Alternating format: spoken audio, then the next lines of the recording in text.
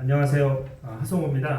오늘은 자료 없이 이제 뭐 새로 오신 분들도 있어가지고 간단하게 저희 모임 소개하고 그리고 이제 저희 정미창 이사님 소개 좀 드리도록 하겠습니다.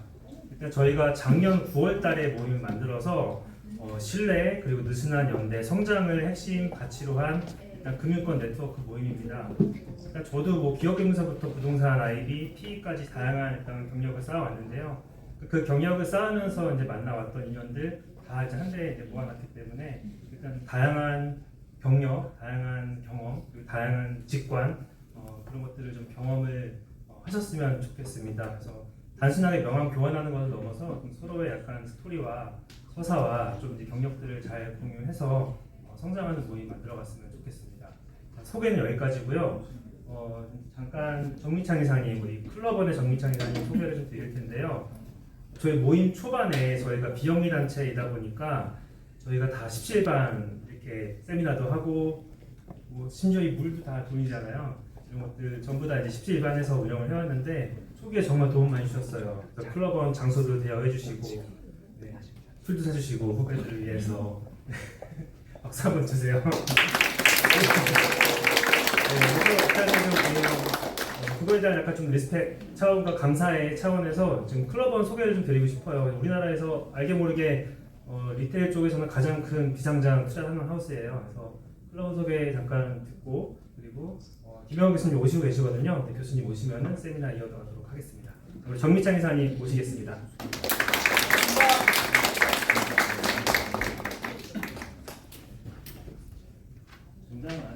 K-팝 데모노터스 사자 보이즈 같지 않아요?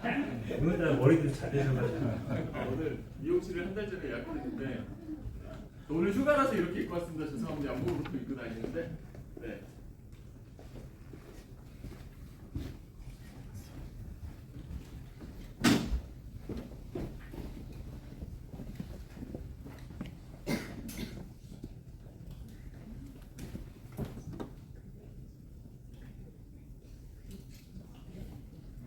안녕하세요. 다시 인사드릴게요. 그냥 하나직권 클럽원에서 일하고 있는 정민창이라고 하고요.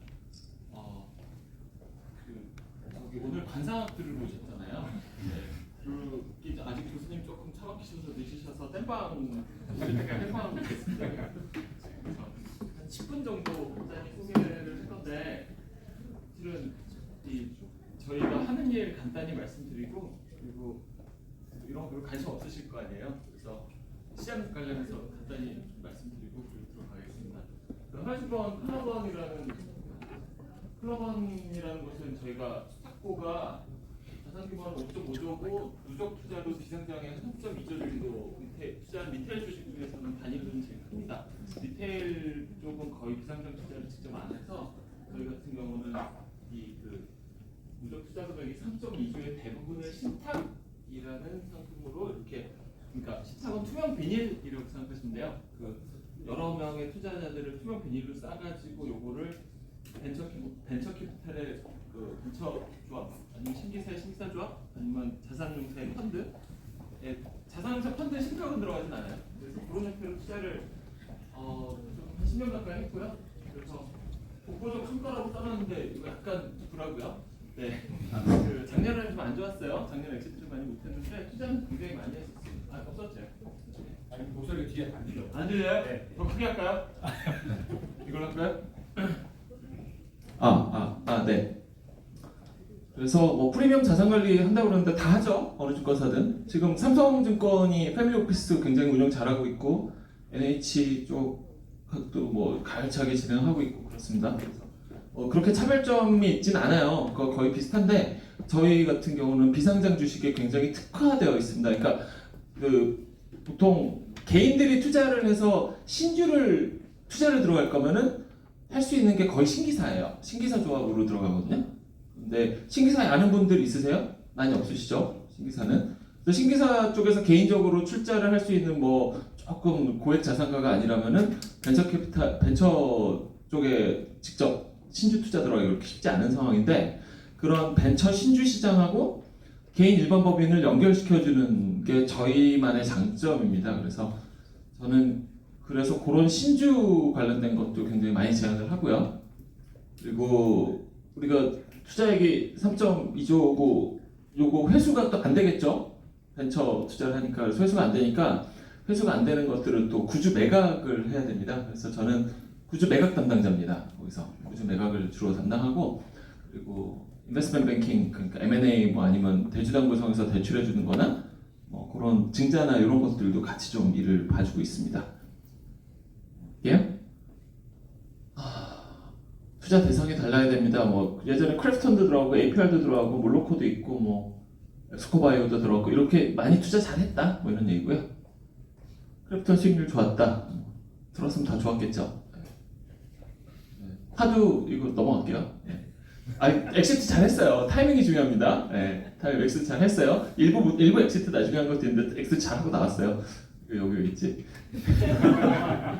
그리고 APR 요 정도 수익률은 V샤우스들은 많이 한 500% 많이 먹었죠. 네.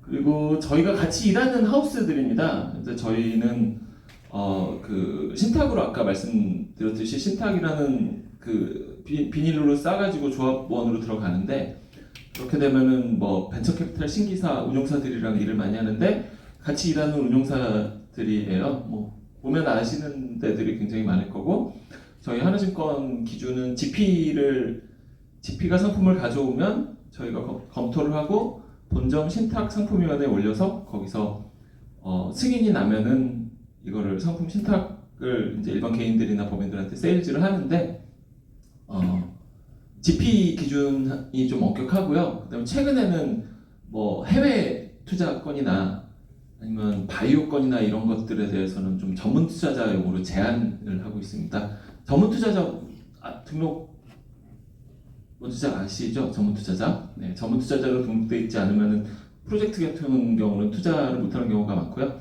블라인드 펀드를 많이 선호를 하고 있어서 이 블라인드 펀드라는 거는 사실은 거기 뭐가 들어갈지 모르잖아요. 그러면은 운용하는 사람이 누군지가 굉장히 중요하거든요. 그래서 블라인드 펀드를 운용할 수 있는 거는 우리가 체크할 수 있는 거는 트랙 레코드, 그다음에 레퍼런스, 이 사람이 어떤 유명한 사람인가, 그리고 그냥 되게 쉽게 볼 수 있는 건 AUM, Asset Under Management. 그래서 그 어느 정도 한 1,000억 이상은 AUM을 깔고 있느냐, 뭐 이런 정도 GP 기준을 보고 있습니다. 그래서 그런 딜들을 엄선을 해서 저희가 이제 저희 LP 주로 이제 좀 돈 많으신 개인이나 법인, 상장법인 또는 스타트업 엑시트 하신 분들이 제일 많으세요. 그러니까 다 선수들이에요, 다 선수들. 네, 그냥 일반들은 잘 못해요 스타트업 투자를. 이거 한번 들어갈 때 뭐 한 최소 1억에서 3억 정도거든요, 한 구자당. 그러니까 스타트업 투자 하나 하고 마시면 되게 위험하잖아요. 여러 개 분산해야 되는데 스타트업에 1억에서 3억 정도 한 구자로 넣으실 정도면 꽤 그냥 돈이 좀 여유가 있거나 아니면 굉장히 공격성향이시거나 그런 분들이 투자를 많이 하고 계십니다. 그래서 저희가 2021년엔 이것도 왜 넣었어? 그 1위였다가 계속 떨어지고 있죠? 네. 왜 넣었지? 저희 직원이 만들었습니다. 다시 올라오고 있습니다. 네. 빨리 넘어갈게요. 네. 그래서 요거 마지막 장인데 하나증권은 이제 하나은행이랑 같이 뭐 한다 뭐 이런 얘기인데 다 계열사들이랑 다 하죠. 네, 그래서 뭐 별로 그렇게 특이하게 나 녹화되는 거 아니죠. 네, 뭐 별로 그렇게 뭐 아주 잘한다 뭐 그런 건 아니고 그냥 남들 하는 거 잘한다. 다만 은행계니까 증권사가 은행계가 신한, IBK, KB, 하나 뭐 이런 데들이 은행이랑 같이 해서 주로 은행에서 증권으로 고객을 소개해주면은 증권 위험 상품들을 고객한테 이렇게 제안해서 그런 협업을 많이 해요. 그래서 신한이 제일 먼저 시작했고 그 다음에 KB가 뭐 1년에 1조씩 넘게 은행에서 넘어왔었거든요. 그래서 지금은 하나 쪽에서 좀 많이 하고 있고 아마 우리 쪽이 이제 한 2, 3년 후면 시작을 할 것 같아요. 우리 은행도 증권사 인수했잖아요. 그래서 그런 일들을 하고 있어서 뭐 하여튼 고객한테 필요한 뭐 재무는 다 할 수 있다 그런 얘기인데 그냥 PB 누구 만나시냐에 따라서 많이 달라져요. 현업에서는. 그래서 제가 하나증권을 좋은 회사예요. 좋은 회사고 근데 제가 하는 일은 주로 이제 비상장 투자 관련된 일이라 아직 안 오셨죠? 네. 그러면 이제 더 하시면 돼요. 네. 비상장 관련된 거를 간단히 좀 말씀드릴게요. 그 1년에 우리가 벤처 캐피탈, 그러니까 모험 자본이라고 해요. 모험 자본으로 1년에 얼마나 투자가 들어갈까요? 신주 기준으로. 혹시 아시는 분? 나중에 제가 술 한잔 드릴게요. 1년에 작년에 얼마 들어갔을까요? 그러니까 평균적으로 한 5조에서 10조 사이라고 보면 됩니다. 우리나라에서 신주 발행하는 규모가 모험 자본이. 이스라엘이 어느 정도 될까요? 이스라엘이 우리보다 한 2배 정도 됩니다. 걔네는 왜 그러냐면은 나스닥 엑시트가 되게 많아요. 나스닥 상장이 많아서 이렇게 연결이 잘 돼 있어서 유대인들이. 그래서 우리나라보다 한 2배 이상 발행이 많아요. 미국은 올해 상반기까지 얼마나 했을까요? 신주 투자를 700억 불이 넘더라고요. 700억 불입니다. 100조 가까이 되죠. 네, 우리나라는 연간 10조도 못하는데. 그리고 이재명 대통령께서 계속 얘기하죠. 우리가 너무 작다. 진짜 작아요. 10분의 1도 못 들어, 100분의 1도 못 들어갑니다. AI 뭐 이런 거 하려고 그러면 데이터 센터 만들 때 돈이 없어요. 그러니까 이게 스케일업 하는데 스케일업이 잘 안 되는 거예요. 그래서 정부에서 지금 그 제도를 좀 확충하고 계시는데, 난 이 정권에서 이런 것들은 좀 잘 만들고 계신 것 같아요. 진짜 깨알같이 만들고 계시는데, 그 중에 이제 첫 번째가 그 우리 퇴직연금이 있죠. IRP 하나 다 가지고 계시죠? 이제 연말되니까 소득공제 받으셔야 되니까 IRP에 자금이 이렇게 쌓이잖아요. 퇴직연금 이런 거. 그럼 퇴직연금 자금 쌓인 거에서 모험자본에 투자할 수 있도록 제도를 좀 바꾸고 있어요. 그래서 퇴직연금 쪽에서 모험자본 쪽으로 자금이 들어올 거고요.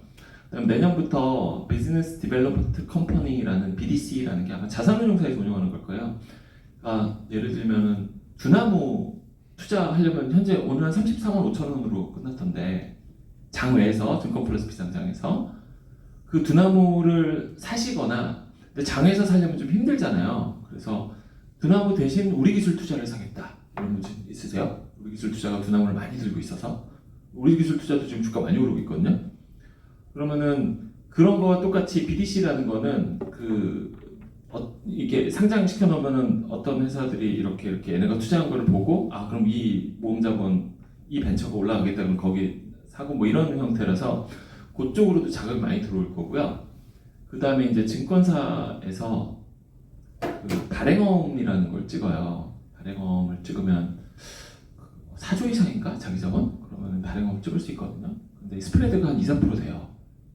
그러니까 찍으면 그냥 땅 찍고 헤엄치기로 돈 버는 거거든요. 많이 찍고 싶어 하죠. 저희도 지금 신청하고 있어요. 하나증권도. 미래, NH, 뭐 삼성, 신한 몇 군데 있던데, 그러니까 계속 증권사들은 발행업 시장에 뛰어들려고 그래요. 무위험 차익을 얻을 수 있으니까. 근데 정부에서 얘네들 땅 찍고 헤엄치기 하는데, 그러면은 얘네한테 좀 모험자본 투자를 시켜야 되겠다. 그래서 지금 10%부터 계속 증액시켜서 발행업 쪽에서 한 25% 정도까지 모험자본 투자를 해라. 그러니까 이런 시장들이 많이 변하고 있어서 우리가 연간 한 10조 언더로 찍는데 신주를 이거 제가 보기에는 추정컨대 한 2-3년 내로 한 30조에서 40조가 매년 들어와요. 그러면은 돈은 많은데 그 좋은 회사는 많이 없잖아요, 스타트업. 그렇게 되면 이제 버블이 끼거든요. 그래서 우리가 빈티지라고 합니다. 빈티지. 저희가 투자했던 것 중에 2020년, 2021년에 투자했던 거를 그때 빈티지가 굉장히 비싸게 샀어요. 그래서 두나무 그때 저희가 48만 원에 들어갔거든요. 네, 그래서 이제 작년 10월 얼마인지 아세요? 트럼프 당선 직전에 9만 원대였어요. 9만 원대. 80% 가까이 하락했죠. 버티고 있었죠. 비상장이니까 버티는 거지. 네. 48만 원, 50만 원을 투자해서 지금 80% 하락했다 지금 버티고 왔다. 지금 다시 34만 5천 원까지 왔잖아요.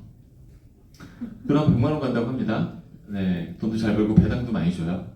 네, 그리고 세무 잘해서 배당 비과세 처리도 좀 해주는 쪽으로 하고 그래서 두나무 좋은데 저 무슨 얘기하고 있었죠? 네, 어쨌든 그래서 이 10조 시장에 빈티지 얘기하고 있었죠. 10조 시장에 30조, 40조씩 돈이 들어오면 그러니까 수요 공급의 법칙에 의해서 가격이 비싸져요. 그럼 2020년, 21년 빈티지처럼 그런 사태가 일어날 겁니다. 그리고 이 정권 끝나기 전에 한 3년, 4년 후면은 버블이 엄청 뛸 것 같아요. 비상장 시장에도. 제가 느낌은 그렇습니다. 아직 안 오셨죠? 오셨어요? 아직 안 오셨어요? 성모님 하실 얘기 없죠? 그래서 제가 끝나고 구주거래 얘기해 드릴게요. 그 비상장 쪽이 버블이 많이 낄 거라서 제가 보기엔 올해 하반기에 투자가 되게 비상장은 들어가면 좋습니다. 네. 근데 비상장 투자를 지금 들어가서 요새는 예전처럼 보통 조합 펀드 만기가 5년, 8년 만기거든요. 되게 길었어요. 그럼 내가 돈 넣어놓고 5년 동안 기다려서 회수했는데 본전이야. 아니면 뭐 2배 먹었어. 10년에 2배 먹었다고 치죠. IRR 6%? 예금이 낮죠. 네, 그러니까 이런 현상들이 발생하는데 그래서 요새는 조합도 그렇고 펀드들도 그렇고 거의 3년 만기로 운영을 하려고 그러고 근데 물론 기명 만기는 5년이 많은데 3년 안에 엑시트하겠다? 빠르면 2년 안에 엑시트하겠다라고 얘기하고 VC 운용사들이 많이 이렇게 지금 진행을 해요. 그래서 무슨 현상이 일어나냐면은 그 프리 IPO라 그러거든요. 상장 청구하기 전에 밸류를 기업의 상장 가치를 확정하기 위해서 돈을 찍어주는 거를 프리 IPO 투자라고는 합니다. 그래서 그런 작업들 하는 것들을 신주를 찍으면서 구주를 좀 할인해서 사와요. 자, 이제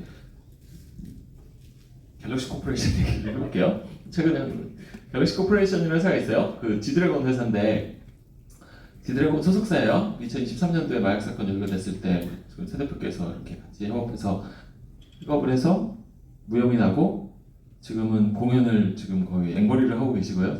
지드래곤께서 미국 가서 앵벌이 하고 계십니다. 그래서 올해 한 50회 공연할 것 같아요. 네, 올해 지금 상반기에 13번 했고 오늘 동아일보에 기사가 나왔는데 1260에 당기순이익 130억 나왔다. 작년에 300억대 적자였거든요 회사가. 지드래곤이 올해 2월에 위버맨시죠. 네, 독일어라 아닌가요? 독일 아닌가요? 맞아요. 네. 위버맨시 내면서 3월부터 공연을 들어가서 그것 때문에 지금 실적이 되게 많이 나오고 있고 하반기에는 30회 이상 공연을 더 한답니다. 그러면은 추정 매출 5천억 이상의 한 500억 정도 당기순이익 보고 있고 상장은 한 2조 정도 청구하는 것 같아요. 청구 예정은 뭐 그렇게 돌고 있습니다 시장에서.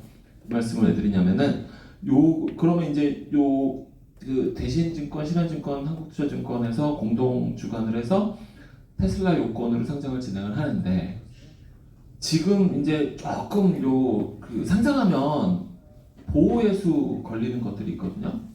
그죠?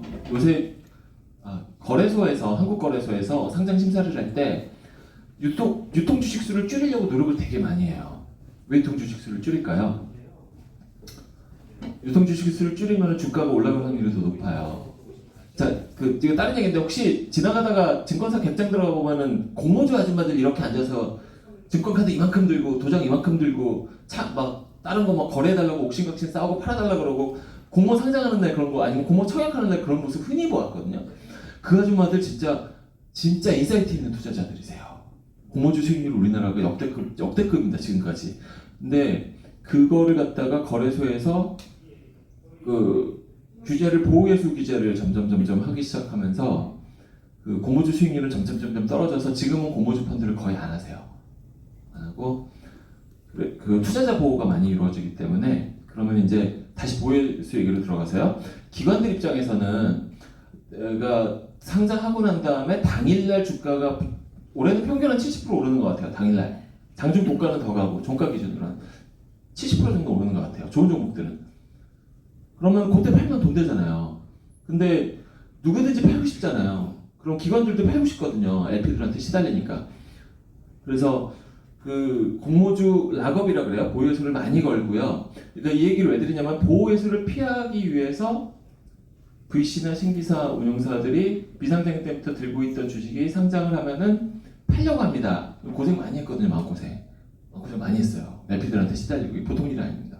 국민연금 뭐 캐피탈 공제 이러다 엄청 시달리거든요. 빨리 회수하라고 회수 실적 가지고 막 쪼고 그래서 빨리 팔려고 그러는데 거래소는 이 유통 주식 수를 줄이기 위해서 보호예수를 1개월, 3개월, 6개월 막 걸라 그래요. 그러니까 무슨 일을 하냐면은 상장 전에 팔아요. 얘네들이. 그래야지 좀 회수를 좀 할 거 아니에요. 그럼 회수 실적 보고도 하고.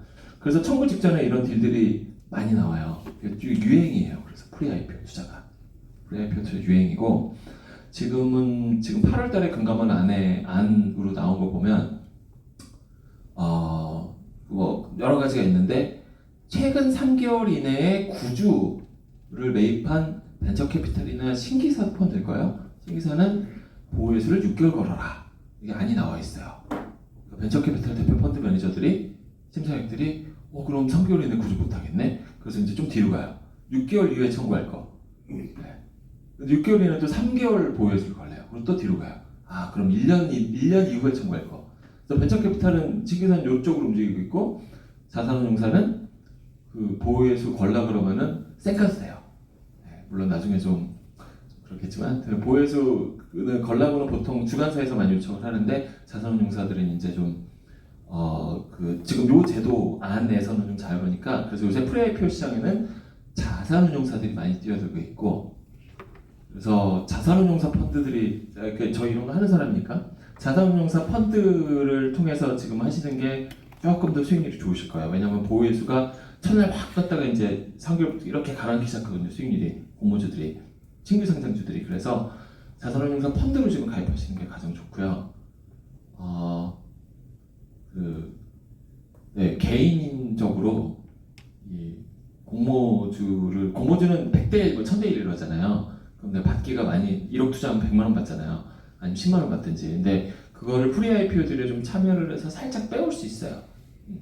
그래서 저는 그런 일도 조금 해요. 기관 이렇게 중개하다가 조금 개인으로 빼올 수 있는 거 있으면 좀 빼서 조금 드리긴 해요. 좋은 정보만. 그래서 그런 것도 투자를 할 만하고 지금 딜하고 있는 것들은 몇 개 정도 있고요. 궁금하시면 저한테 따로 연락을 주시면 제가 딜 제안을 드릴 수 있고요. 여기서 홍보 들어가겠습니다. 네, 홍보. 아직 안 오셨죠? 네, 홍보 들어갈 거고 IRP 프로모션 하고 있거든요. 회사에서. 그래서 IRP 연말에 어차피 소득공제 받으려면 하실 테니까 없으신 분들 모바일로 개설하셔가지고 저희 클럽원 WM센터 정민창에서 찾아서 넣어주시면 저 실적 좀 해주겠습니다. 잘 모르는데 그래서 이전해 주시면 감사하겠습니다. 교수님 오셨으니까 이제 저는 여러분 이렇게 시간을 열심히 끌어주신 우리 정찬 씨께 박수 부탁드리겠습니다. 그리고 사실 저희 이렇게 좋은 저희한테 후원 많이 해주시면 이런 기회들 항상 저희가 드리고 있으니까요. 언제든 연락 주시고 저희 1호십니다. 너무 감사드린다는 말로 박수 한 번만 다시 쳐주시고요. 그럼 이제 저희 교수님 오셔서 본격적으로 저희 세미나 진행하도록 하겠습니다. 네, 저희 성균관대 김영 교수님 모시고 오늘의 주제 같이 들어보도록 하겠습니다. 네, 안녕하십니까. 닥터 파이낸스 김영환 교수입니다. 인사드리겠습니다.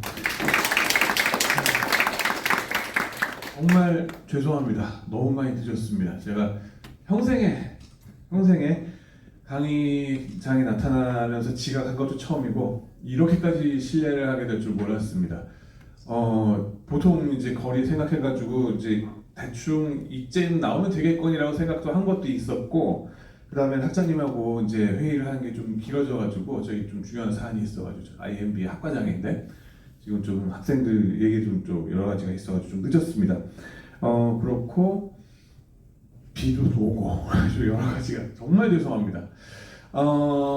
그래도 빨리 끝내는 게 여러분들한테도 가장 도움이 될 것 같습니다. 그래서 최대한 열심히 좀 해보겠습니다. 좀 익숙한 얼굴들도 있는데 혹시 잠깐만 성균관대 제 학생들 혹시 있나요? 손 좀 들어주세요. 미안합니다. 내가 늦어가지고 여러분들이 많이 쪽팔릴 것 같은데 죄송합니다. 저기 업계에 계신 여러분들 저희 학생들은 저 같지 않습니다. 제가 제일 느렸으면 느렸지 이 친구들은 정말 정확합니다. 그러니까 그렇게 와주시고요. 제가 이제 누가 리더가 될 상인가라는 제목으로 얼른 얘기를 하겠습니다. 근데 문제가 제가 좀 말이 많아가지고 시간을 좀 봐야 됩니다. 네, 저거 보면서 얼른 한 30분 정도까지 40분 내로 끝내도록 하겠습니다. 네, 제 책 부자 관상 기술 요거에 대한 이제 얘기가 되겠고요. 저희 이제 관상이라는 얘기가 나가니까는 저희 집사람도 많이 화를 냈어요. 왜 하필이면 우리가 독실한 기독교 신자 집안인데 불경스럽게 이 관상이란 말을 집어넣냐. 그리고 두 번째로는 네가 미네소타라는 대학에서 그죠? 하드코어하게 이 네오클래시컬 이코노믹스 즉 그 뭐라 그러죠? 신고전파 경제학 이거를 그렇게 배워놓고서 왜 책 제목은 저쪽으로 지어가지고 사람들이 당신에 대해서 잘못 알게 만드냐 라는 욕을 많이 먹었습니다. 그러나 오해하지 마시고요. 이거는 이제 빅데이터적인 거 그런 것들이 이제 우리가 말하자면 CEO 차원이나 아니면 인재들 차원에서 온톨로지 비슷하게 입체적으로 사람을 이해하는 그런 차원에서 필요하다라는 거 그런 점을 좀 같이 말씀을 드릴까 합니다. 왜 CEO의 심리적 특질을 신경 써야 되는가 하는 질문 먼저 드려야 되거든요. 회장님 입장에서 내지는 우리가 맨 위에 피라미드의 맨 윗자리로 갈수록 뭐가 중요하다 그래요? 인사가 만사다 그러지 않습니까? 위에 누가 계신가 밑에 있을 때는요 엔트리 레벨에서 일할 때는 그냥 위에서 시키시는 대로 답을 갖다 드리면 되고 분석 조금 더 해드리면 되고 그러면 됐었어요. 하지만은 올라가면 올라갈수록 인사가 만사다 하는 걸 느끼시게 될 거고요. 그죠? 그리고 또 여러분들 부서에서도 어떤 분이 짱을 하고 있느냐에 따라서 분위기가 많이 다르실 겁니다. 저희 경영대학에서도 학장님이 누가 하시느냐 이런 거에 따라서 마케팅 하시면 엄청 일 많이 벌이시고 그 파이낸스나 어카운팅 하시면 일을 다 수습하시는 그런 그 변화가 2년마다 있습니다. 어떤 분을 그 자리에 앉힐 건가? 공격적으로 나가시는 분을 할 건가? 아니면 수비적으로 하는 분을 앉힐 건가? 회장님 입장에서 그리고 주주들 입장에서 대단히 중요한 이슈가 되겠죠. 그리고 애널리스트 입장에서 봤을 때에도 어떤 분이 내가 분석하는 대상 회사에서 리드를 하고 있느냐에 따라서 주가가 왔다 갔다 할 겁니다. 그리고 펀드 매니저 차원에서도 또 이게 문제가 된다는 걸 나중에 말씀드릴게요. 그 다음에는 투자자 입장에서는요. 합리적인 투자자라 그러면은 사실 이런 거 신경 쓸 필요가 없습니다. 룰 넘버 원은 뭐예요? 분산 투자하시는 거니까. 내가 가진 코스피 이쪽에 뭐 2,600 종목 중에 한 회사가 회장님이 줄바따를 들었든 말았든 상관이 없습니다. 왜냐하면 그 회사가 망가지면 다른 회사가 반사이익이 있기 때문에. 근데 우리는 몰빵 투자를 합니다. 개인 투자자 입장에서는. 그리고 프라이빗 에퀴티 입장에서는요. 프라이빗 에퀴티 들고 계신 거 10종목 뭐 한 20종목 그 정도 이렇게 분산이 되어 있으시잖아요. 그렇기 때문에 그 한 종목에 어떤 분이 짱을 먹고 있느냐 이거에 따라서 그 종목이 춤을 추고 그거에 따라서 내 재산이 혹은 내 자산이 왔다 갔다 하는 경우들이 생깁니다. 그렇기 때문에 들고 있는 주식의 CEO가 어떤 양반이 가서 앉아 있는가에 대한 그 성향 파악을 좀 더 자세하게 해야 된다 하는 문제의식이 되겠습니다. 그래서 이제 여러분한테 여쭤봅니다. 21세기 최고의 관상가는 누구겠습니까? 누굴까요? 라고 여쭤보면은 많은 분들이 사회성 좋은 분들은 뭐라 그럴까요? 김영환 교수 아닐까? 이렇게 물어봅니다. 아닙니다. 저는 사람 얼굴 볼 줄도 모릅니다. 눈치도 못 봐서 집사람한테 혼나고요. 제가 말씀드릴 거는 오픈 AI입니다. DALL-E3. 그죠? 얘네가 우리의 프로파일링을 다 해놨어요, 벌써. 그거에 대해 같이 나눠드릴 겁니다, 말씀을. 그리고 이 개념이 사실은 미국의 대학 심리학 교재에 벌써 나오는 얘기입니다. 공격성이 강한 양반들이 얼굴에 그게 나타난다 하는 겁니다. 이게 공격성이라고 해서 부정적으로 생각하실 건 아닙니다. 양날의 검입니다. 어떤 때는 공격적인 게 필요하고 어떤 때는 수비적인 게 필요하죠. 네, 공격성이 강하신 분, 뭐 좀 해봐야 된다 이랬을 때 나가서 하시는 분들이 있어요. 그런 분들의 얼굴은 보다 더 가로로 납작하다 하는 얘기입니다. 왜 그러냐면은 사춘기 때 골격 성장이 완성된다 그럽니다. 근데 테스토스테론이 많이 폭발하거든요. 그때 남자든 여자든. 요즘 테토녀, 애견남, 애견녀 그런 거 하시죠, 그죠? 테토남의 증거입니다. 그리고 테토녀의 증거기도 합니다. 뭐냐면은 육식동물을 따라하게 된다는 거예요. 육식동물 공격 성향 강한 거 예를 들면은 그 집에 곤행이 기르시는 분 계세요? 곤행이, 고양이. 집사님들 안 계십니까? 네, 고양이들이 있으면은 구석에다 몰아놓고 약간 좀 바더링을 하면 어떻게 해요, 걔가? 학직을 합니다. 그때 학할 때 이 벌어지는 거 보시면은 육식동물 납작해지거든요, 이게. 사자도 마찬가지고 웬만한 육식동물도 이게 나오거든요. 그런 모습에 가까울수록 사람들이 좀 더 위협감을 느꼈다. 진화생물학적으로 그런 거라고 사람들이 추론을 합니다. 그리고 초식동물, 얼룩말부터 시작해서 사슴, 납작하잖아요. 그러니까 홀쭉하잖아요. 그렇기 때문에 이런 점에 있어서 차이가 좀 있었다라는 얘기를 하고 있습니다.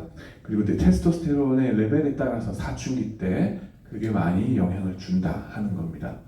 그 다음에는 이런 것이 요즘 들어서 신생학문, 그런데 사회적 신호 처리 이런 데 있어서 비언어적인 여러 가지 사회적 상호작용을 데이터베이스화 하는데, 그 중에 이제는 텍스트 마이닝을 넘어서서 픽처 마이닝, 보이스 마이닝 이런 것들로 넘어간다 하는 겁니다. 물론 얼굴 얘기로 넘어가기 전에 손도 얘기를 합니다. 여러분이 태중에 있었을 때에, 여러분이 어머님 태중에 있었을 때 어머님이 무슨 이유에서건 그 스트레스 많이 받으셔서 그 남성 호르몬이 폭발하셨다. 그러면은 요 네 번째 손가락, 요거 한번 선서 이렇게 해보실래요? 좋습니다. 선서 꽂짱 올리셔야 돼요. 이렇게 하시면 안 됩니다. 이러면 무조건 요 네 번째 손가락 길어지게 되겠어요. 말고 선서할 때 딱 꽂짱 해보시면은요, 보통 정상인, 전 정상인입니다. 요 가운데 손가락을 중심으로 요게 대칭입니다.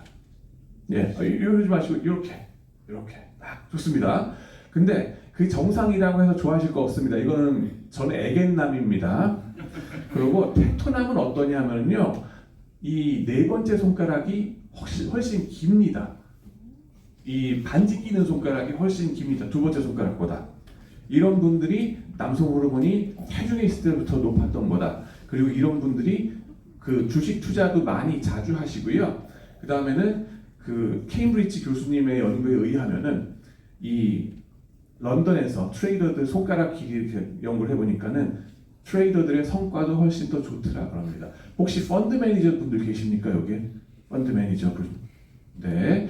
혹은 펀드 매니저에 관심이 있는 친구들이 있다 그러면 한번 손가락을 한번 보시는 것도 좋습니다. 그게 이제 대박과 쪽박을 오가는 거긴 한데 그런 점이 있고요. 두 번째로는 목소리입니다. 보이스피치. 테스토스테론이 폭발을 할 때에 이게 성대에 가가지고 폭발합니다. 그래서 큰 북이 울리면은 저음이 나오죠. 남자 목소리가 저음으로 나오시는 분들이 있습니다. 그런 분들이 테스토스테론 심하게 나오시는 분들이고 리스크 테이킹 많이 하신다 하는 게 나왔고요. 그 다음 세 번째로는 얼굴에 나온다는 겁니다. 희한한 건 이 세 가지가 같이 가지를 않아요. 네, 같이 가지를 않고 그 중에 하나라도 걸려라는 거라고 일단은 보셔야 돼요. 뭐라도 일단 잡을 수 있는 데까지 잡아보는 거예요. 그런 왜 이것이 같이 안 가는가에 대한 거는 앞으로 연구하는 대상이 되고 있고요. 그러면은 이게 어떻게 측정을 하느냐, 가로 세로 비율이 되겠습니다. 보시면은 요 세로 높이 있죠. 그게 미간부터 요 입술에 윗입술 요 있는 이빨이 붙은 요 자리입니다. 요 정도 자리까지의 수직 높이 대비 이 폭이 얼만큼 되는가 하는데요. 그 폭은 뭐냐면은 귀가 붙어 있는 얼굴에 이 광대뼈 양 가장자리라고 합니다. 그래가지고 타이슨 같은 경우 보시면은 2.2가 나옵니다. 2.2배라고 한 그 납작한 거 보이시죠? 그러면은 저게 정말 테토남인데 애견남은 어떤가? 1.7이 나옵니다. 저스틴 비버, 그죠? 초식동물 좀 느낌 나오죠? 육식동물과 초식동물이다라고 생각하시면 됩니다. 근데 양쪽 다 쓸모가 있습니다. 그러니까 누굴 차별하라는 뜻은 아닙니다. 이 특징이 있다는 겁니다. 그 다음에는 동양인과 서양인을 봤을 때는 누가 더 이 비율이 클까요? 누가 더 납작할까요? 동양인이 더 저 수치가 높을 거다라고 생각하시는 분, 서양인이 높을 거라고 생각하시는 분, 예. 좀 더 많은 분들이 동양인 쪽에 손을 드셨거든요. 평균적으로 서양인들이 더 높습니다. 왜 그럴까요? 동양인은 그냥 얼굴이 큰 겁니다. 전체가 큰 거고요. 서양인들은 얼굴은 작아요. 제 키가 180입니다. 근데 저랑 키가 같은 애들이 서양이면은 8등신이 나옵니다. 저는 죽었다 깨어나도 6.5등신입니다. 서글픈 현실입니다. 왜 그래요? 머리가 커서 그래요. 이 비율은 그 머리 크기 얘기가 아니에요. 그래서 오해하시면 안 됩니다. 어디냐 하면은 요 안쪽에 요겁니다. 그죠? 서양 애들은 1.9 CEO가 한국 CEO는 1.8 나옵니다. 저는 1.7 예, 그렇게 나오고요. 그러면 그게 도대체 뭐 좀 더 얘기가 들어가면 인종적으로 다른 게 혹시 걔네들의 공격성의 차이인가? 는 거는 앞으로 연구의 대상이긴 해요. 지난 500년 동안 우리가 왜 털렸는가? 왜 공격을 당했는가? 그거랑 관련이 있는가까지도 앞으로 연구 대상이 될 수가 있어요. 조심스럽죠, 근데. 지금은 서양 CEO들끼리로 비교해보고 한국 CEO끼리 비교해보는 그런 연구들이 지금 돼 있는 겁니다. 그 중국 CEO 마윈 나왔습니다. 2.1이죠? 마이크 타이슨 2.2인데, 그죠? 흑인이나 백인이나 비슷합니다. 근데 동양인으로서 2.1 정도면은 저건 마이크 타이슨급입니다. 저 양반이 얼마나 공격적으로 경영해 왔는가 생각해 보시면은 상하이 저 근처라고 그러지만 시골에 있는 그 영어 선생님, 저 고등학교 영어 선생님이었던 분이 박차고 나와가지고 세계 최대 전자상거래 업체를 만드신 거 보면은 엄청 공격적으로 경영하셨겠죠, 그죠? 그겁니다. 그 다음에는 그러면 이런 분들이 CEO로 있을 때 수천 명을 갖고서 저희들이 분석을 했어요. 경영상에 어떤 특질이 있을까? 리스크 테이킹을 많이 하시더라는 거예요. 급속 성장을 추구한다는 겁니다. 회사가 성장하는 방법은 두 가지가 크게 있죠. 올게닉 그로스라고 그래가지고 내재적인 성장으로 천천히 가시는 게 있고요. 다른 한 가지는 외재적으로 인수합병을 많이 해가지고 급속하게 잡아먹어서 크는 방법이 있습니다. 그럼 이분들은 어느 쪽으로 가는 거냐? 급속 성장을 추구하시는 분이에요. 그리고 M&A를 더 자주 하더라. 그리고 지배자적 위치로 가는 거자 하는 욕구가 높기 때문에 어치브먼트 드라이브라고 우리가 얘기를 하는데 그 지배자적인 위치로 가야만 속이 시원한 분들입니다. 그리고 M&A로 돈을 많이 쓰고 M&A의 건수도 많고 잡아먹더라도 더 큰 상대를 잡아먹고 프리미엄도 많이 준다 하는 건데 그렇기 때문에 주주들의 반응은 좀 부정적이다 하는 거예요. 왜냐하면은 그 소중한 돈을 왜 M&A에다 많이 써야 되냐, 웃돈까지 많이 줄 필요 없지 않냐 하는 것 때문에 주주들이 반응이 부정적입니다. 그 다음에는 저희들이 연구했을 때 이노베이션은 뭐냐면은 AI로 사진 측정해가지고 올려도 같은 결과가 나온다는 거예요. 뭐냐면은 그 전에는 픽셀로 클릭을 해가지고 쫙쫙 직선거리에 몇 픽셀인가를 쟀었거든요. 근데 마우스 클릭할 때 흔들릴 수 있잖아요, 사람 손이. 그러니까 아예 사진을 그냥 집어넣고 입력해서 얼굴 인식과 동시에 그냥 측정이 되도록 만들어버린 겁니다. 그렇게 해도 여전히 같은 결과가 나오고, 그 다음엔 참고로 여기에 저희 공동 저자하고 저하고 나왔습니다. 제가 안경 벗었을 때, 살 빠졌을 때 얘기입니다. 보시면 둘 중에 누가 더 공격성이 강하고 지배자적인 위치로 가고 싶어 할까요? 왼쪽, 오른쪽? 왼쪽 손 들어주세요. 오른쪽 손 들어주세요. 감사합니다. 여러분의 사회성을 믿습니다. 저는 아닙니다. 저는 아니고 이 친구가요, 시니치 가미야라고 바르셀로나 올림픽에 일본 국가대표 수영 선수로 나갔던 친구예요. 적어도 그 나라 안에서 짱을 먹었던 친구입니다. 그죠? 이게 이제 드러나는 겁니다. 그러고 얼굴 인식 기술에서 파생이 되는 건데 딱 얼굴이 들어가면은 무조건 68개의 점을 찍게 돼 있습니다. 요즘 그 시스템은. 그게 고유 번호가 1번부터 68번까지 나오는데 필요한 지점들 우리가 알죠? 그렇게 해서 거리 측정하고 비율 갖다 계산하면 끝납니다. 그렇게 해서 이렇게 알고리즘을 갖다 집어넣고서 보는 거고, 파이썬 코드는 공짜로 드립니다. 저희 웹사이트에 있으니까 오시면 받아갈 수 있고요. 그 다음에는 공격성만 측정하는 게 아니라 얼굴에서 얼만큼 신뢰감을 주는 얼굴인가도 측정을 합니다. 무섭죠? 그죠? 이걸 봤을 때는 처음에는 나보다 공격성이 강하니까 성형수술 하라는 얘기냐? 하지 마세요. 첫 번째로. 광 대표 괜히 깎다가 스스로는 원래 공격성 강한 분인데 약한 분인 척 해서 잘못된 대접을 받고 불만이 많아질 수 있습니다. 그냥 생긴 대로 사셔야 돼요. 가만히 계시면 되는데 이제는 연구가 또 어떤 것까지 나오냐면은 이 뭐예요? 신뢰감을 주는 얼굴의 습도까지 나오고 있어요. 이게 시카고 부스 경영대학교의 토드로프 교수님하고 또 시티 유니버시티 홍콩 그쪽에 김정본 교수님하고의 연구이기도 한데 트러스트워디네스를 얼굴 사진 입력하면 이렇게 눈썹 각도 그 다음에 턱의 각도 이런 걸 측정해가지고 이게 어떤 얼굴이 더 신뢰감을 주느냐 좀 더 달덩어리처럼 둥글둥글하신 분들이 좋다. 그러니까 그래서 이런 점에 있어서 좋은 인상을 남기다 하는 연구까지 나옵니다. 근데 이거는 그 회계 쪽에서 감사 보고서 내면은 감사 뭐라 그러죠? 회계 감사료, 수수료 이거를 차지하잖아요. 근데 그 회사 CFO가 보다 더 트러스트워디하게 생겼으면은 감사 수수료를 낮게 책정하더라.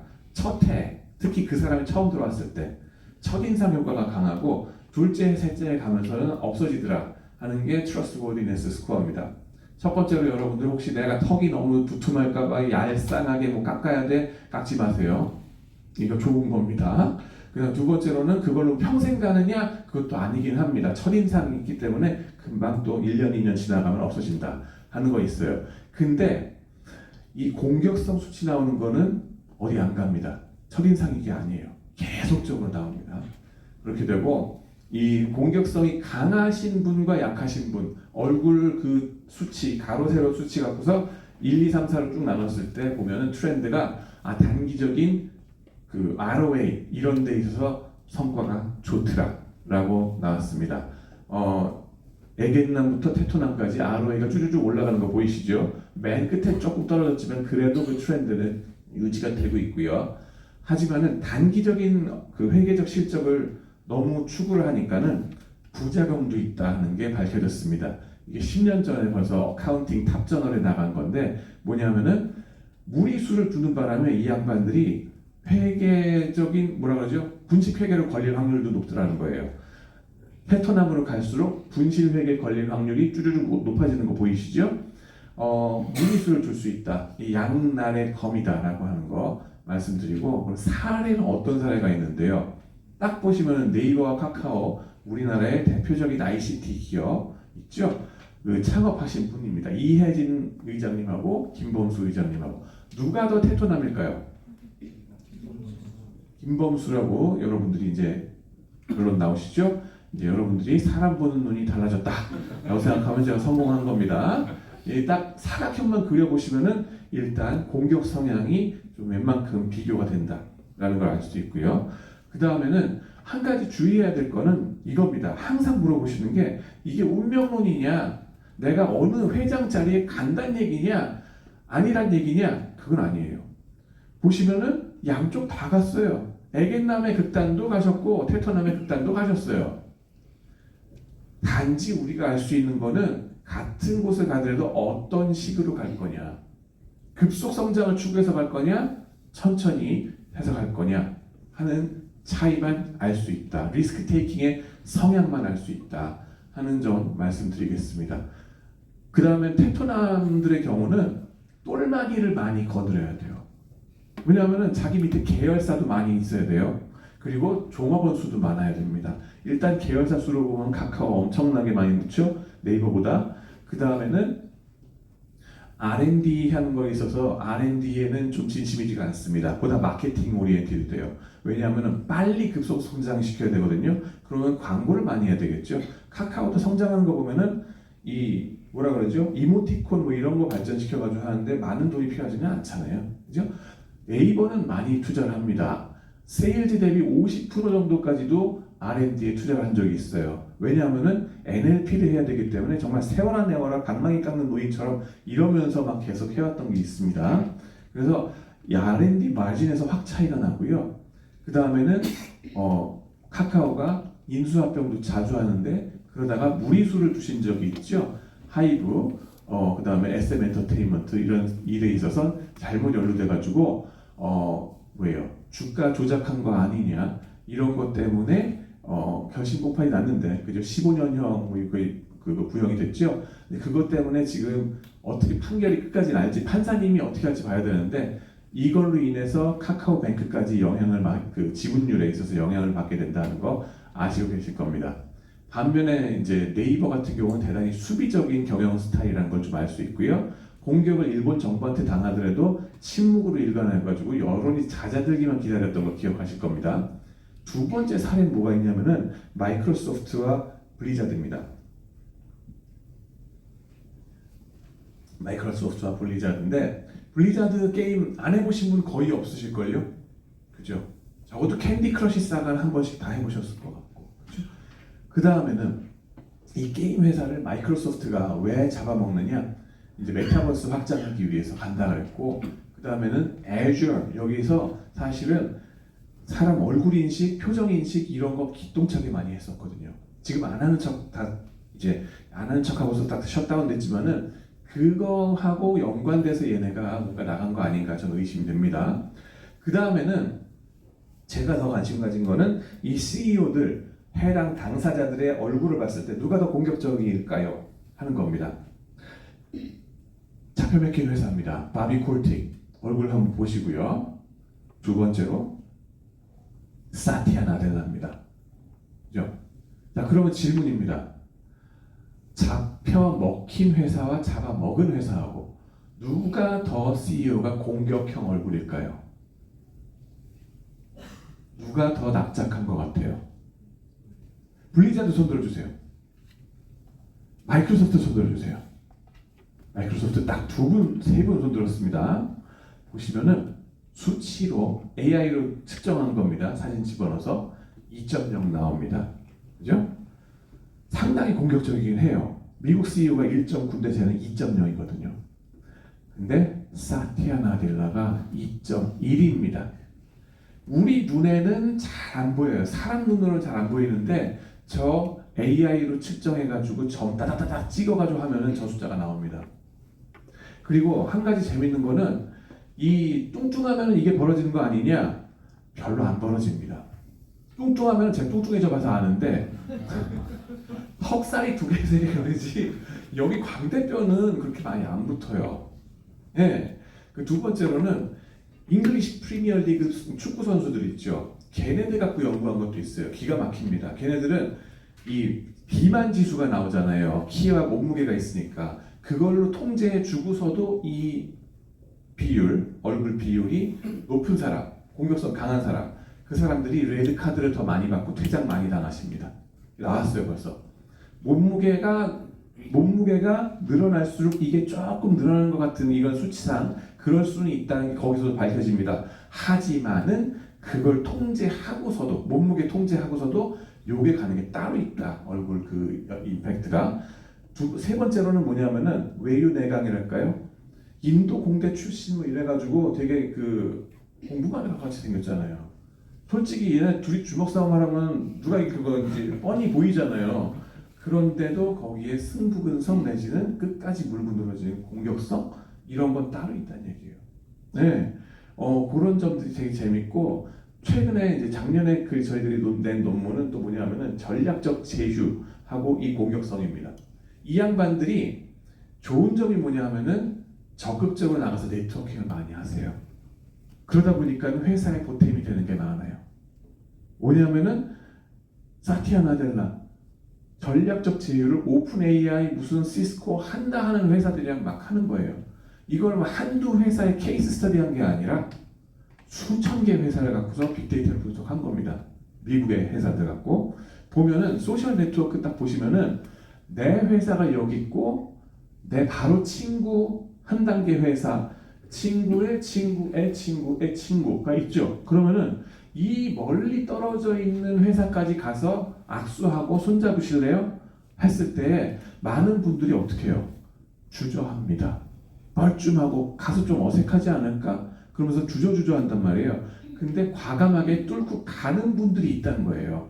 소셜 네트워크 가지고서 저걸 분석해 보니까 이런 먼 거리에 있는 소셜 네트워크 상을 먼 거리에 있는 회사하고도 전략적 제휴를 더 적극적으로 하시는 분, 공격적인 분들이 바로 얼굴이 더 납작하신 분들이다 하는 게 나왔어요. 물론 그렇다고 해서 뭐 내가 애견남이고 애견연대 네트워킹 포기하라는 얘기냐? 그건 아니죠. 네. 후천적으로 더 노력하실 수도 있고요. 이거는 선천적인 요소를 좀 발견한 거다라고 보시면 되겠습니다. 그 다음에는 오픈 AI에 투자를 많이 해가지고 이 사람들이 득을 본 거 기억하실 거고요. 마이크로소프트 얘기 이제 거기에 더 나가서 요즘 여러분들 혹시 애널리스트로 지금 일하시는 분 계신가요? 에퀴티 애널리스트, 종목 분석하시는 분들 안 계세요? 주식 분석하시거나 애널리스트 분 안 계십니까? 혹시 학생들 중에 애널리스트 하고 싶은 친구들 있어요? 에퀴티 애널리스트 주식 없으세요? 뭐 하고 싶어요? 그러면 뭐 하고 싶어요? 애널리스트 제일 그래도 뭐랄까 관심 많이 받는 거 아닌가? 애널리스트들 갖고 분석한 게 있습니다. 뭐냐면은 상장 회사들 분석하는 게 EPS 해가지고 정확하게 예측해야 되잖아요, 그죠? 바이 홀드 셀 추천했는데 물론 거기 마케팅을 해서 웬만하면 바이 추천해주고 좋게 얘기해줘야 되잖아요, 그죠? 근데 그래도 추천은 바이를 하더라도 EPS 추정은 웬만큼 정확하게 해야 될 거 아니에요, 그죠? 근데 정보를 인터넷으로만 갖고서 막 받아보고 챗GPT만 막 다운로드 받아서 그냥 앉아서만 이러고 있을 수도 있잖아요. 근데 그러다가 한계에 부딪히면 어떻게 해야 돼요? 한계에 부딪히면은 그 회사를 찾아가야 될 거 아니에요, 그죠? 우리 지금 만나 당장 만나 그 노래 기억나시죠, 그죠? 그거를 하시는 분들이 누구냐는 거예요. 우리는 그 답을 이제 알겠죠, 그죠? 공격성이 더 강하신 분들이 적극적으로 나가서 회사 방문하고 CEO 만나고 CFO 만나고 공장장 만나고 노동조합 뭐 이런 분들까지 다 만나서 악수하고 정보를 캐내는 거예요. 그러니까 그분들이 EPS 예측도 정확하게 하더라. 그걸 중국의 애널리스트 데이터를 갖고 수천 명에 걸쳐서 분석을 했습니다. 보다 적극적인 그런 성향들이 애널리스트 바닥에서도 나타나더라. 보다 정확하게 추정하더라. 그래서 양날의 검, 좋은 점이라고 그러죠, 그죠? 그리고 특히 이런 게 어떤 때에 나타나느냐? 이 총각 양반들일 때 그런 게 더 심화됩니다. 결혼하기 전에, 왜냐하면 자기가 지배자적인 위치로 가야 되니까 갈 길이 멀잖아요. 그러니까 빨리 가야 되겠다 하는 게 더 강렬하게 나오기 때문에 이게 더 심하고요. 그 다음에 자기가 작은 증권사에서 일할 때 더 심하고요. 큰 증권사로 옮기고 난 다음에는 이제 좀 약간 그만 뭐라 그러죠? 좀 시험시험 하는 그런 느낌이 나오더라. 이게 나오고요. 그 다음에 제가 그 아이디어를 가지고서 날 이한테 물어봤습니다. EPS를 정확하게 추정해주는 애널리스트의 얼굴을 그려주세요. 처음 달이 나왔을 때 이렇게 나왔습니다. 그리는 게 좀 투박하죠? 투박하긴 한데 뭔가 울퉁불퉁한 느낌 들죠? 그 다음에는 딱 한 글자만 바꿨어요. 이거를 부정확하게 예측해주는 애널리스트 얼굴을 그렸죠. 또 이렇게 그렸어요. 이제 눈에 보이시죠, 그죠? 누가 더 공격형입니까, 그죠? 예, 정확, 부정확. 그 다음에 이거 한 그림만 나온 게 아니라 여러 그림에 걸쳐서 계속적으로 나타나요. 여러 그림에 걸쳐서 베스트 애널리스트, 월스트 애널리스트 했을 때 딱딱 보시면은 사각형 해서 이게 나온다는 거고, 그 다음에 달 2가 발전해서 더 자세하게 그려주잖아요. 그래가지고는 공격적인 CEO를 그려주세요. 얼굴을 그려주세요 했습니다. 가장 공격적인 거. 그 다음에는 가장 수비적인 사람, 약한 사람을 그려주세요. 이렇게 나왔습니다. 그랬더니만은 달 2가 이런 식으로 구분을 해서 그리더라고요. 저 프롬프트에 딴 거 아무것도 안 썼어요. 정말 믿으셔야 됩니다. 근데 저런 식으로 얘가 벌써 탑저널에 나온 사항들을 학습을 해가지고 반영해서 그림을 그리고 있어요, 지금. 그래서 많은 부분이 프로파일링이 벌써 되고 있다 하는 거고요. 지금 시간이 좀 거의 8시 16분인데 괜찮나요? 요거 하나 더 해도 괜찮겠습니까? 네. 삼성, 우리나라가 또 이 삼성과 SK 하이닉스 반도체 공화국이지 않습니까? 그래가지고 반도체의 핫 이슈, 최근에 이 금년 들어서 삼성전자 지금 막 올라가고 있죠, 그죠? 샀어야 했다. 하는 거고, 작년에는 그렇지 않았죠. 왜 저럴까 하는 건데 거기에서 HBM 팀이 문제가 됐어요. High Bandwidth Memory라는 거죠. 그거를 왜 기존에 있던 팀을 흩어버렸는가? 그랬던 그 경영자는 누군가 하는 건데 하이닉스 PBR 이럴 때가 있었고 삼성전자 PBR이 1.22밖에 안 될 때가 있었어요. 그러면서 왜 이러죠? 하는 얘기가 있었고, 참고로 제가 IMB 학과장이라고 그랬잖아요. 오늘도 좀 그 이슈가 있어가지고 했는데 늘 발전하려고 그러다 보니까 조금 일이 있었습니다. 죄송합니다. 근데 혹시라도 관심 있으신 분들 저희 IMB에 오시면은 재밌습니다. 적극 추천해 주시고요. 저희는 이 원우님이 제 수업을 듣고서는 아예 질문을 이렇게 쫙 보내주시더라고요. 뉴스에서 많이 봤듯이 삼성전자 이게 이런 일들이 있더라. 그래가지고 김기남 부회장님이란 분이 그 HBM 팀을 쫓아냈다. 그냥 순수하게 D램만 하지 뭘 딴 걸 하냐 해체를 시켜줬어요. 그걸 갖고서 해체된 팀의 사람들이 어떻게 했다? SK 하이닉스로 우르르 갔다는 거예요. 그러면은 도대체 이 쫓아낸 분의 얼굴은 누굴까? 어떨까? 그리고 그 사람들을 이런들 어떠하리 저런들 어떠하리 빨리빨리 성장해야 되는데 빨리 들어와 웰컴 해주신 분 마당발 누굴까? 딱 보면 나오죠? 김기남 사장님 쫓아내신 분, 박정호 부회장님 받아들이신 분 이렇게 되는 겁니다. 그렇게 해가지고 보시면은 이 공격형 수비형이 나오죠. 누가 순수한 학자처럼 박사를 했겠어요? 박사학위가 있으신 분 이 중에 둘 중 하나. 왼쪽 오른쪽. 왼쪽 손 들어주세요. 오른쪽 손 들어주세요. 좋습니다. 이분 UCLA에서 전자공학 박사세요. 저분은 박사가 없습니다. 저분은 경영학과 MBA 하신 분이세요. 이런들 어떠하리 저런들 어떠하리 빨리 해가지고 가자 하시는 거고. 네, 하여튼 간에 그러시고요. 네, 이런 점들이 확실히 달랐었고, 말씀드렸지만은 공격적인 성향의 그 분들이 납작하다 그랬잖아요. M&A도 자주 한다 그랬죠. 박정호 부회장님이 딱 그런 케이스예요. 이것저것 M&A를 너무 많이 하셨어요. 양날의 검이라 그랬죠. 지금은 억울하지만 좀 비난의 총알바지가 된 게 아닌가 하는 생각이 들고요. 그 다음에는 이제 김기남 그 회장님 좀 나가셨지만은 그 수비적인 분 본인이 수비적인 심리인 것도 여기 생각을 해봐야 되는데, 플러스 한 가지 더 들어간 건 뭐냐면은 인센티브. 사람이 일하는 스타일을 인센티브가 또 많이 영향을 주잖아요. 그래가지고 인센티브 스트럭처를 비교해봤습니다. 삼성전자, 하이닉스, TSMC, 마이크론, 미국 주식, 대만 주식, 한국 주식인데요. CEO의 연봉 체계를 봤습니다. 보면은 기본급, 보너스, 스탁옵션, 주식, 복지 혜택, 그리고 총계가 나옵니다. 보시면은 여기에서 보다 더 공격적인 인센티브, 앞을 내다보고 미래지향적으로 공격적으로 투자해라 하는 인센티브는 이 중에 뭘까요? 스탁옵션하고 주식이 되겠죠. 여기서 스타트업하고 구글에서 하는 게 다 이거잖아요. 그죠? 이건 미래를 내다보고서 하라는 건데, 그거는 마이크론, 미국 회사는 절대적이죠. TSMC도 그럽니다. 우리가 왜 대만한테 쳐졌냐? 이것만 보면 나와요, 벌써. 그죠? 그 다음에는 하이닉스도 미래를 보고 해라. 이런 식으로 했어요. 근데 계속 미래를 보지 마라. 가뜩이나 수비적인 분한테 이걸 주면 어떡해요. 그죠? 물론 그런 분이니까 이걸 받았을지도 모르지. 하여튼 간에 참 죽이 잘 맞았다. 참 타이밍 치고 기가 막혔다는 거고요. 보너스는 뭐예요? 현금 보너스입니다. 저거는 과거지향이라고 저는 말씀드릴게요. 뭐예요?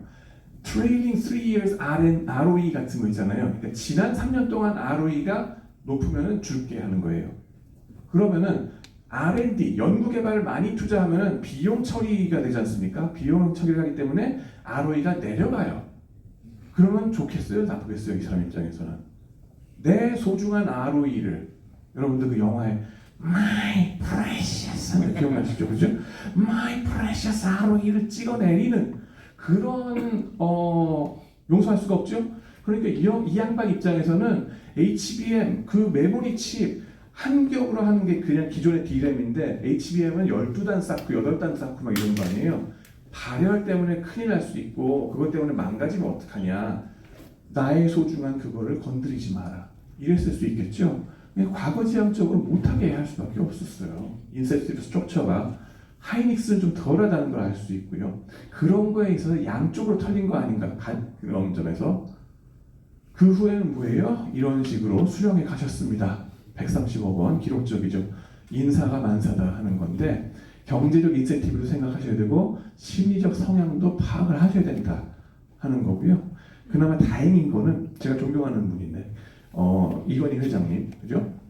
다 받고 나갔잖아요. 삼성이 그나마 희망이 있는 건 뭐냐면은 이런 비판을 받으니까는 RSU를 금년부터 주기 시작했다고 했어요.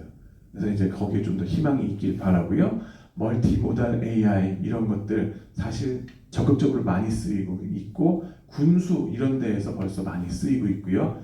그 다음에 좀 아이러니랄까 이런 거는 사실 제가 학계에서 연구할 때에는 유태계 학자들 내지는 이 사람들 눈치 보이는 것 때문에 혹시 인종적인 편견 뭐 이런 것들을 조장할 수 있는 연구 혹은 뭐 이 골상 이런 거에 대한 연구 하지 마라는 식으로 보수적으로 나왔어요. 대단히 보수적이에요. 그런데 실질적으로 얼굴 인식 기술 연구하고 이런 거는 중국 다음으로 이스라엘 쪽에서 많이 해요. 왜? 걔네들은 테러리스트들과 같이 살아요. 누가 지금 뭘 할 건지를 미리 파악을 해야 돼요. 그러니까 얼굴 인식 기술에 있어서 최첨단의 회사 거의 뭐 그 하는 거는 중국 다음에 이스라엘이 하고 있어요. 그럼 유태인과 이스라엘 같은 거 아닌가? 근데 왜 다르지? 여기서는 학계와 저거 하고 좀 배신감 들지 않습니까? 그런 점들이 좀 있어요. 자기네들 할 거 다 하면서 우리 보는 하지 말래? 그런 건 좀 우리가 좀 그렇지 않습니까? 그래서 이제 좀 그런 점들이 좀 저희들이 생각을 해야 될 거고 조심조심 해서라도 우리가 이거를 발전하는 건 좀 알아야 된다. 좀 생각을 하고 회사 차원이나 나라 차원에서 다양한 데이터를 막 가지고서 들이대서 종합적으로 분석해가지고 그 존재를 이해하려고 하는 거 그런 걸 온톨로지라고 좀 얘기를 하지 않습니까? 근데 이제는 CEO 차원에서 온톨로지가 생겨야 되는 거 아닌가? 말하자면 CEO의 뭐 인구 통계학적 특질, 커리어와 연봉 데이터, 심리적인 인지적 특질, 신체 생물학적 특질, 사회관계망적 특질 등등 해가지고 이게 경영 행태랑 어떻게 연관이 되는가 이거에 대한 연구를 보다 더 적극적으로 해야 되는 게 아닌가라는 걸 말씀을 드리겠습니다. 저도 또 온톨로지에 대해서 한번 다이어그램 그려봤고요. 그 다음에는 그래서 여러분들한테 21세기 최고의 관상가가 누구냐? 그러면 이제는 서슴없이 오픈 AI 달이다 혹은 AI다 라고 생각하시면 되겠습니다. 이거는 이제 며칠 전에 막 뽑은 제가 연구한 건데 얼굴 관련 트렌드 이거 이제 자동으로 대머리 정도도 쫙 계산이 되니까 보면 쭉 내려가는 거 보이시죠? 이 벗겨진 머리를 이제 좀 발모 이걸 하는 거 많이 나옵니다. 그 다음에는 희한한 게 공격 성향 같은 거 수치가 점점 올라가고 있어요. 그런 게 조금 좀 희한하고 CFO, CEO 비슷비슷하죠. 근데 조금 CFO가 높은 게 나오고요. 그 다음에 트러스트워디네스에서 봤을 때는 점점 높아지는 게 나온다 하는 게 좀 불편한 진실이라고 좀 이렇게 말씀을 드릴게요. 저런 점들이 좀 있어서 저거는 어떻게 이제 받아들여야 될지 좀 연구 대상이다 하는 것까지만 말씀드리고 오늘 말씀 여기서 마쳐야 되겠습니다. 감사합니다. 혹시 뭐 질문 있으시면 네, 질문 한 3개 정도 저희 받도록 하겠습니다. 네. 약간 늦은 시간이지만 네 말씀 주시죠. 아까 네 네. 말씀 자기 소개해 주시고요. 네. 저는 그 선녀한테 SKK-G3에서 PMBA 했던 이민규라고 하는데요. 예, 반갑습니다. 네. 그 제가 그 질문드리고 싶은 거는 이제 아까 슬라이드 보면서 약간 사진에 이렇게 손정희 회장님 닮으신 분 사진이 이렇게 나와서요. 네. 그 손정희 회장님 같은 경우는 어떤 이제 공적 성향을 가지고 있는지 그리고 그분의 투자 방식이나 그 관상과의 관계가 어떻게 되는지 좀 궁금합니다. 손정희 회장님 같은 분이 아까 나왔었던가요? 어느 분이 나왔었지? 그거에 대해 네. 그거 제가 잘 기억은 안 납니다. 근데 요거는 그분 개별로 들어가서 꼭 집어서 얘기할 수 있는 건 아닌 것 같고요. 수천 명을 가지고서 보면은 이제 그런 특질, 트렌드 내지는 그 약간의 오차를 가지고서 그런 것들이 벌어진다 하는 걸 말씀을 드리고요. 그 다음에는 뭐 이런 경우 말씀하시는 건가요? 네, 약간 비슷해요. 요분 벗겨지신 건 마찬가지인데 여기가 이게 높낮이가 이게 바짝하실걸요. 그분이 좀 더 마사요시 손 하면은 제가 그건 인터넷으로 한번 찾아봐야 될 것 같은데 아무래도 공격적으로 좀 더 하시는 분이 아닐까. 몰빵 같은 것도 좀 많이 하셨던 것 같고, 그죠? 그리고 또 일도 또 많이 있었던 것 같고, 그죠? 그렇습니다. 그건 재밌는 사례거리인 것 같습니다. 감사합니다. 그 다음 질문 또 말씀해 주세요. 네, 소개해 주세요. 저는 김여한 교수님께 배웠던 제자이고 지금 브레이브뉴 인베스트먼트라는 CBC에서 투자 운영하고 있는 김현수라고 합니다. 반갑습니다. 저 궁금한 게 생겼는데 네. 혹시 이 CEO들의 공격적 수비적인 특성에 따라서 그 회사 직원들의 데이터도 연구를 한 사례가 있나요? 회사 직원들의 경우에 뭐 CEO가 공격적인 특성을 가진 연구이라고 하면 그 직원들도 조금 더 공격적인 특성을 가진다든가. 좋은 질문입니다. 이제 왜냐하면은 그 CEO가 어떤 지도자냐에 따라서 그 컬처를 많이 영향을 줄 수 있을 테니까 그런 거죠, 그죠? 공격적인 분이 들어섰을 때 공격적인 분들끼리 브로맨스 해가지고 더 끌어주고 그러기 위해서 더욱더 이 조직도 으쌰으쌰 뭔가 해야 되고 이러지 않을까. 그런 점에 있어서 우리가 좀 추론이 가능하고 그거에 대한 연구는 지금 이제 진행돼 갈 걸로 좀 봅니다. 앞으로 해야 될 일이고요. 지금은 일단 CEO나 탑 레벨의 사람들, 그 사람들의 기준으로 일단 연구가 됐을 뿐입니다. 근데 충분히 그거는 우리가 그 추론해낼 수 있는 얘기인 것 같아요. 그렇죠. 혹시 뭐 모시고 계신 보스께서 공격적이시거나 소비적이시거나 회사 공격적이신 것 같습니다. 좋습니다. 네. 근데 또 질문이 또 네. 저 CLSA 증권 다니고 있는 김석원이라고 합니다. 반갑습니다. 네. 오늘 훌륭한 강의 감사드리고 좀 결론적인 게 궁금한데 공격적인 성향을 가진 이제 CEO랑 수비적인 성향을 가진 CEO가 있었다면은 그 뭐 주식시장이든 뭐 회사의 성과든 해서 어느 게 그래서 더 통계적으로 더 좋다는 얘기냐? 성과가 나왔는지가 궁금합니다. 그게 그 질문들이 이제 속 시원하게 긁어달라는 말씀들을 많이 하세요. 그래서 좋다는 얘기냐, 말란 얘기냐, 뭐 공격적인 사람을 갖다 넣으란 얘기냐, 빼란 얘기냐? 아닙니다. 아니고 이거는 공격적인 분들이 들어섰을 때 변동성이 높아진다는 얘기예요. 그 김범수 의장 보시면은 이해진 의장하고 네이버하고 카카오하고 봤을 때 주식의 퍼포먼스, 리턴, expected return 그거보다도 volatility, 옵션 트레이더들한테 좀 좋은 얘기죠. 그죠? 그리고 공격적인 분들이 들어섰을 때 이 주식이 더 많이 흔들리더라. 특히 idiosyncratic risk 이런 것도 많이 흔들리고 또 레버리지 레이시오도 높이세요. 네, 그래서 금융 리스크 많이 높아지고요. 퍼포먼스 자체는 평균적으로는 그 차이가 안 나요. 평균적으로 차이는 안 나고 ROA만 좀 차이가 났었어요. 보여드린 것처럼. 그래서 좀 그 공격적인 분들이 ROA는 단기적으로 높다. 근데 volatility가 같이 온다 하는 거고요. 그 다음에 최신 지금 제가 하는 연구는 CFO 있죠. CFO 분들을 분석해가지고 공격적인 CFO가 들어섰을 때 debt structure, 돈을 빌리는 패턴이 다르더라는 거예요. 뭐냐면은 보다 더 공격적이니까는 여러분이 뱅커시면은 공격적인 CFO가 딱 나타났어요. 잭 블랙 한번 생각해 보시고, 잭 블랙 코미디언 있죠. 그렇게 생긴 분이 딱 와가지고 돈을 빌리려고 왔어요. 그러면은 그 기업에다가 돈을 빌려줘야 돼요. 어떻게 스트럭처를 짜시겠어요? 같은 돈이면은 공격적인 회사니까 어떻게 하시겠어요? 돈 빌려줄 때 공격적으로 빌려주시겠어요? 우리 한번 같이 죽어보자. 아니면 이쪽이 공격적이에요. 그러면은 뱅커 입장에서는 보수적으로 생각하시겠죠? 그러면 어떻게 보수적으로 스트럭처를 짜실래요? 기간은 어떻게 하실래요? 짧게 하겠죠. 그겁니다. 기간을 짧게 하는 방법이 있고 또 뭐가 있어요? 로운 스프레드가 있죠. 이자율 스프레드를 어떻게 하시겠어요? 높게 하시려고 그러겠죠. 그죠? 그다음 카비넌트 있죠. 카비넌트가 있으면은 이거 하지 마, 저거 하지 마 이런 거 막 제한을 두시겠어요? 아니면은 알아서 해 이러시겠어요? 제한을 많이 두려고 그러겠죠. 그러면은 이제 CFO는 negotiation을 하겠죠. 그래서 거기에서 어떤 걸 받아들이고 어떤 걸 뱉어내느냐 봤더니만은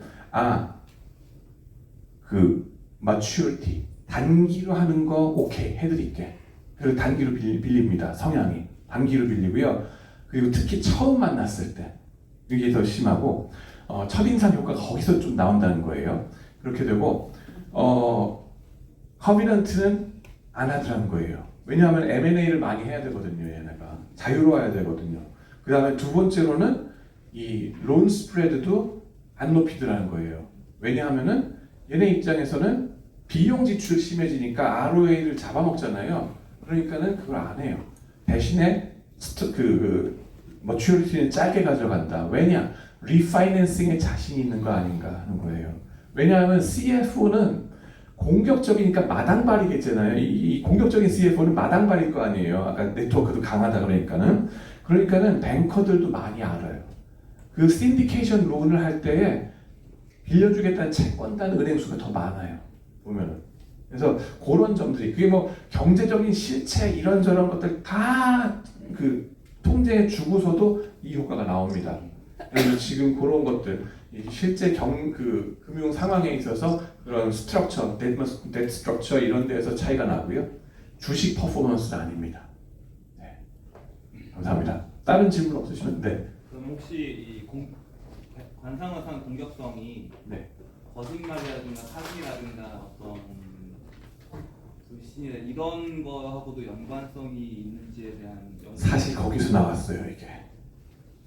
잉글리시 뭐라고 하죠? 처음에 나온 거는 폭행 사건 내지는 이런 거에 하키 선수들 일에 폭행으로 막 선수 하다가 막 하키 스틱 휘둘러가지고 그 박스 들어가는 거 있잖아요. 거기에 좀 더 이런 친구들이 많이 들어가더라 하는 거고 그 다음에는 뭐 좀 더 에고센트릭한 인식을 준다. 더미넌스를 추구하기 때문에 그리고 좀 더 이런 불미스러운 일에 연루될 가능성이 있다 하는 게 계속 밝혀진 게 있어요. 그렇게 되고 저희가 한국 CEO들 갖고서 연구한 것도 그게 좀 나왔습니다. 이런 공격적인 CEO 분들이 있을 경우에 그런 일로 기소될 가능성이 높더라 하는 거고 다만 그게 좀 약화되는 거는 그 회사가 ESG 스코어가 높았을 때 이게 체크 앤 밸런스가 좀 구조가 괜찮은 상황에서는 그게 좀 고삐를 쥐어주고서 얘를 진정시키는 역할을 해준다는 거죠. 김범수 의장 같은 경우 지금 저렇게 됐는데 고삐를 제대로 잡아줬을까요? 못 잡아줬을까요?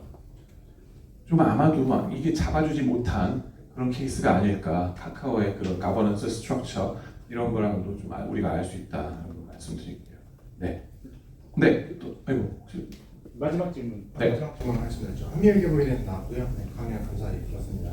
아, 지금 다 말씀 주신 분들이 다 경영자 관점에서 좀 말씀해 주셨는데 혹시 연구하시는 자료에서 약간 정치인들이나 지금 좀 많은 변동이 생기고 있다 보니까 그런 쪽에서도 좀 연구하신 게 있으신지 궁금합니다. 네, 그런 거 벌써 연구들 많이 하셨고요. 미국 대통령 얼굴 데이터 가지고서 그리고 그다음 상하 양원 의원들 한 거가 있습니다. 그래서 지위가 높아지는 그거 보면은 하원 의원보다 상원 의원이 더 얼굴 납작하시고 그보다 대통령 얼굴이 좀 더 납작하다 하는 그거가 좀 나오긴 했어요. 물론 그렇다고 해서 운명론 이건 아니에요. 근데 리스크 테이킹을 좀 더 많이 하신다는 거고 그런 것들이 지금 계속 또 나오고는 있습니다. 네, 오늘 너무 감사합니다. 예.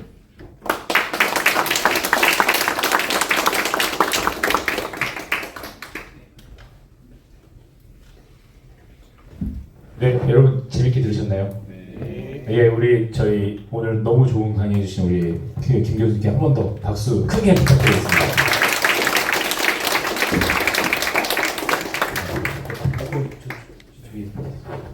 네, 여러분 오늘은 죄송합니다. 죄송합니다. 너무 배고프시겠지만 식사가 없었습니다. 너무 죄송하고요. 저희가 뭐 따로 준비하는 안 한 건 아니고 저번에 프로세스가 너무 좀 복잡해가지고 그랬고요. 가서 이제 빨리 가셔서 이제 맛있는 거 드시고 좀 같이 보충하시는데 그 전에 저희가 어차피 여기 조금 시간이 있거든요. 지금 이쪽 편이 저희 학생들이 지금 성균관대고 홍익대학교 학생들이 좀 계시고 이쪽이 저희 이제 직장에 다니시거나 이제 실무하시는 분들이 같이 계신데 서로 한 10에서 20분간 자연스럽게 서로 교류하시면서 인사 나누시고 가시면 좋을 것 같고요. 그 다음에 저희 KFLG 오늘 없네. 가입 QR이 없네요. 그죠? 자 끝나고 한번 올리겠습니다. 네네네. 그 KFLG 가입할 수 있는 방법이 있습니다. 그래서 그거를 저희 간사님께서 주시면 여기 오신 분들 같이 공유해서 신규 회원들 적극적으로 들어와 주시면 저희가 앞으로도 더 좋은 프로그램을 여러분 다시 찾아뵙도록 노력하도록 하겠습니다. 네, 지금까지 고생하셨고 감사합니다. 다음에 뵙겠습니다.